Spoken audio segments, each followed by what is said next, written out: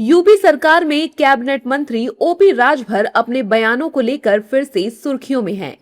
इस बार ओपी राजभर ने सपा प्रमुख अखिलेश यादव के साथ यादव समाज पर भी निशाना साध दिया है। दरअसल राजभर यूपी के वाराणसी पहुंचे थे। यहां राम मंदिर को लेकर अखिलेश यादव की टिप्पणियों पर पलटवार करते हुए राजभर ने कहा कि पहले अखिलेश राम भगवान के दर्शन कराएं, तब कोई बयान दें। इतना ही नहीं, उन्होंने टिन्नू यादव को यादव समाज से जोड़ते हुए सवाल कर दिया कि आखिर अखिलेश की बिरादरी के लोगों के नाम ही क्यों आ रहे हैं। को पहले भगवान राम का दर्शन करना चाहिए, उसके बाद तब बयान देना चाहिए।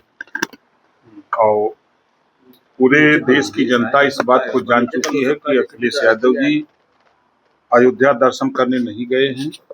इस नाते उनके बयान को कोई नोटिस में जनता नहीं दे रही है।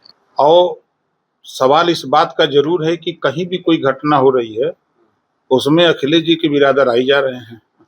ऐसा क्यों होता है? उनसे पूछिएगा। इलाहाबाद में 3 लोगों की हत्या हुई है, कई परिवार के, और समाजवादी पार्टी अखिलेश जी के बिरादर आ गए। अभी आजमगढ़ में कल की घटना है, एक राजभर को पीट पीट के मार दिए, उसमें भी अखिलेश जी के बिरादर आ गए। जितनी भी घटनाएं हम देख रहे हैं उसमें 90% घटनाओं में अखिलेश जी के बिरादर शामिल हो जाते हैं। ऐसा क्यों कर रहे हैं? ये अखिलेश जी को अपनी कम्युनिटी को समझाना चाहिए। इतना ही नहीं, ओपी राजभर ने ये तक कह दिया कि अब अखिलेश यादव इस जन्म में यूपी के सीएम नहीं बन सकते।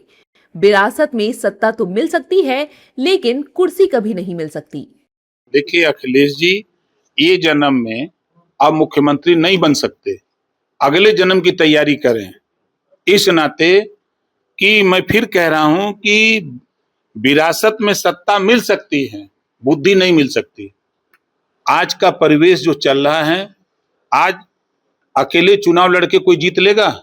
किसी की कुवत है? आज जैसे समाजवादी पार्टी के लोग हमको कहते हैं कि अकेले, हम तो कहते हैं कि आप अकेले लड़ करके कहीं यादव जहां जितवा लो, मुसलमान साथ साथ छोड़ देगा तो आप प्रधानी नहीं जीत सकते हो। बतियाने के लिए चाहे जितना बतिया लो, एक सिंगल सीट नहीं जीत सकते। ओपी राजभर का ये बयान सुर्खियां बन गया।